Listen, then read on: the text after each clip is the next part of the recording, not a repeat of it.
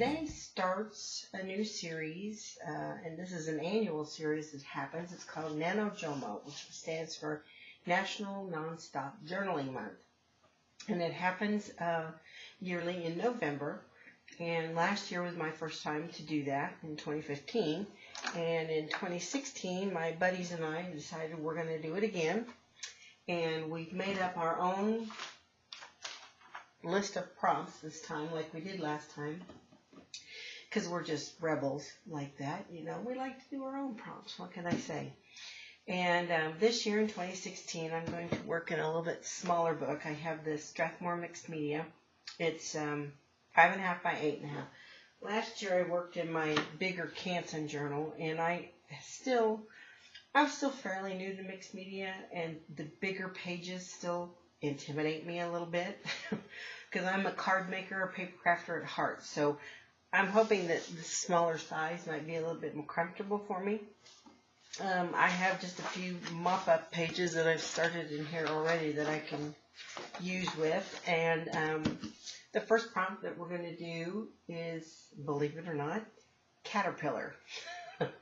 So I have an idea to use some paper punches to make some circles. And I'm going for kind of a grade school art caterpillar kind of theme. Just something kind of simplistic. I mean, I think I'm going to do some collaging in the background because I think I'm going to start with this hideously awful mop-up page. There's orange paint. There's something shimmery green on it. I'm not sure what it is. Some other paint. A little bit of stenciling in the background. So I think I'm going to do something to tone this down a little bit. And we'll see what happens. So I'm going to try to, obviously the whole point of NaNoJoMo is to do a little bit of journaling every single day for the whole entire month of November. So yeah, we'll see if I do better than I did last year, because I didn't make it last year. I was so new to all of this and so new to making videos, and was a little bit overwhelmed by the whole thing of trying to produce a video every single day. So we'll see if I don't do better this year, okay? All right. Sit back and relax and enjoy some music, guys. Thanks for coming by.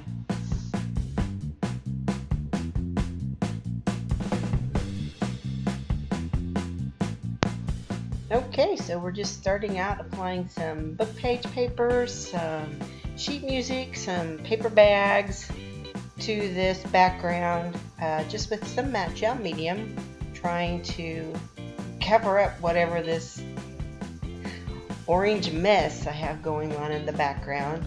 You'll also see me later on. I'm just going to add some strips of just some plain old masking tape on here as well. Just going for some texture and some text and some different things to cover up this background. And then we'll cover the whole thing with some gesso and go from there.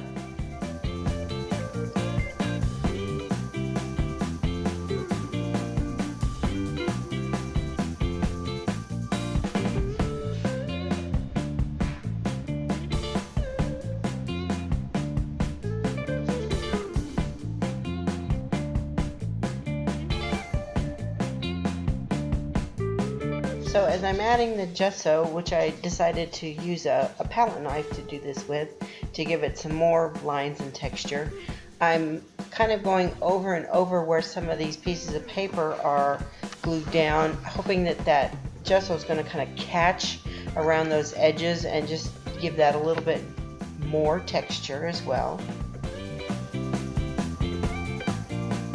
Okay, while that's set aside to dry, I have a piece of I think this is just plain old cardstock here, and I'm going to coat it with gesso as well, give it a good dry, and then I'm going to come in with some Magicals powders as well as some Lindy's sprays, and I'm just taking a paintbrush and just flicking some of these pigment powders onto this cardstock that's been treated, and then I'm going to hit that with some water and just let it start moving and running and doing its thing.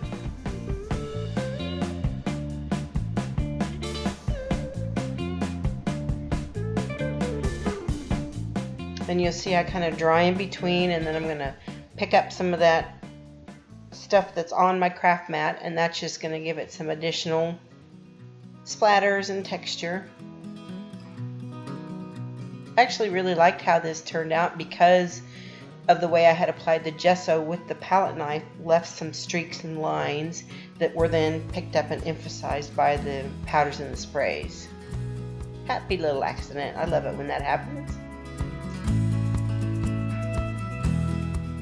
And these magicals and the sprays have awesome shimmer to them too, and you can't go wrong with shimmer. Alright, so that's sitting aside to dry. Now I'm back onto my page here, and I'm going for just kind of a primitive preschool kind of look with this whole thing with my caterpillar. So I'm just taking my gelatos and making kind of a rough landscape kind of thing happening here, and I'm just painting, quote unquote painting, the gelatos with a baby wipe.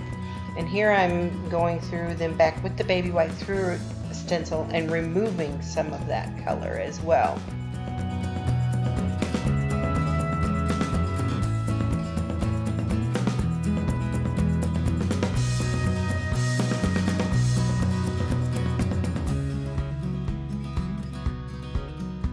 Trying to give a little sunshine up here in the upper corner, and that's where my light's going to be coming from as we get to going and doing the caterpillar itself. Okay, this is the first major equipment malfunction I've ever had when doing a video. My 1-inch paper punch just bit the dust here. Just totally bit the dust, and I could not make it work anymore. The whole mechanism inside of it came apart. Never had that happen before. So I had to switch to my 3/4 inch punch and make like that's what I had planned to do the whole entire time. So I'm using some heavy gloss gel here to attach these. Since the background's a little bit bumpy and this is fairly thick cardstock, I want to make sure it stays put.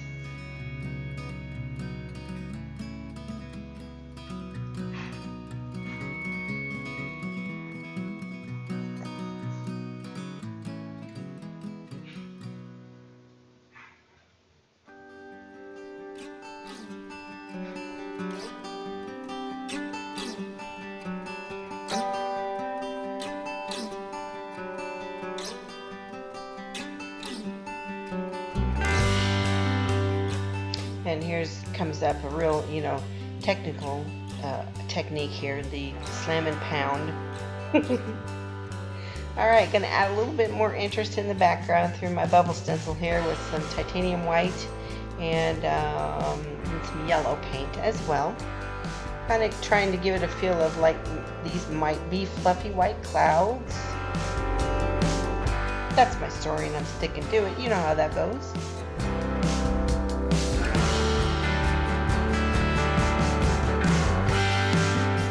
And I did put a coat of the gloss gel over the caterpillar itself, and I had to wait quite a while for that to dry and not be sticky before I could then go on here and add some definition to him with my big brush pens.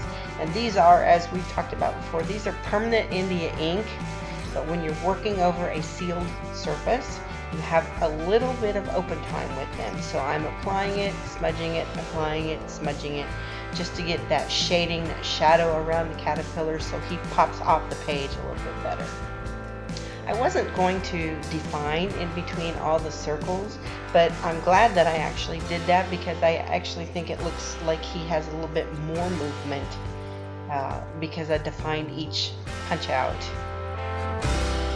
Adding some highlights with the yellow.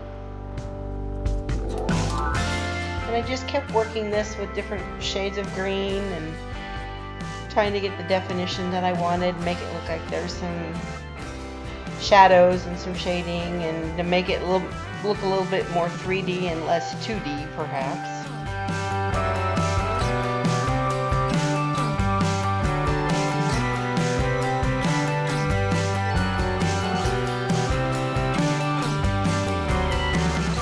Yeah, this was my interpretation of caterpillar feet. I have no idea what they're supposed to look like, but yeah, I figured he needed some feet if he's going to be traveling along my little background here. Some antenna that kind of look more like puppy dog ears. But again, I wasn't going for anything, anatomically correct or biologically correct. I was just going for something fun and silly. Trying to add a little face onto him. Again, I don't know what a caterpillar's face looks like, but kind of going for a child's book interpretation. Yeah.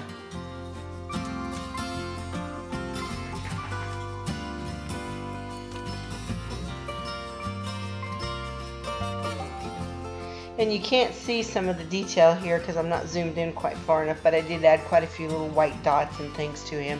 Hopefully that'll show up in the still photos at the end, that you'll see that detail. Gotta have some pink cheeks. Yeah, because he's my caterpillar and I want him to have pink cheeks.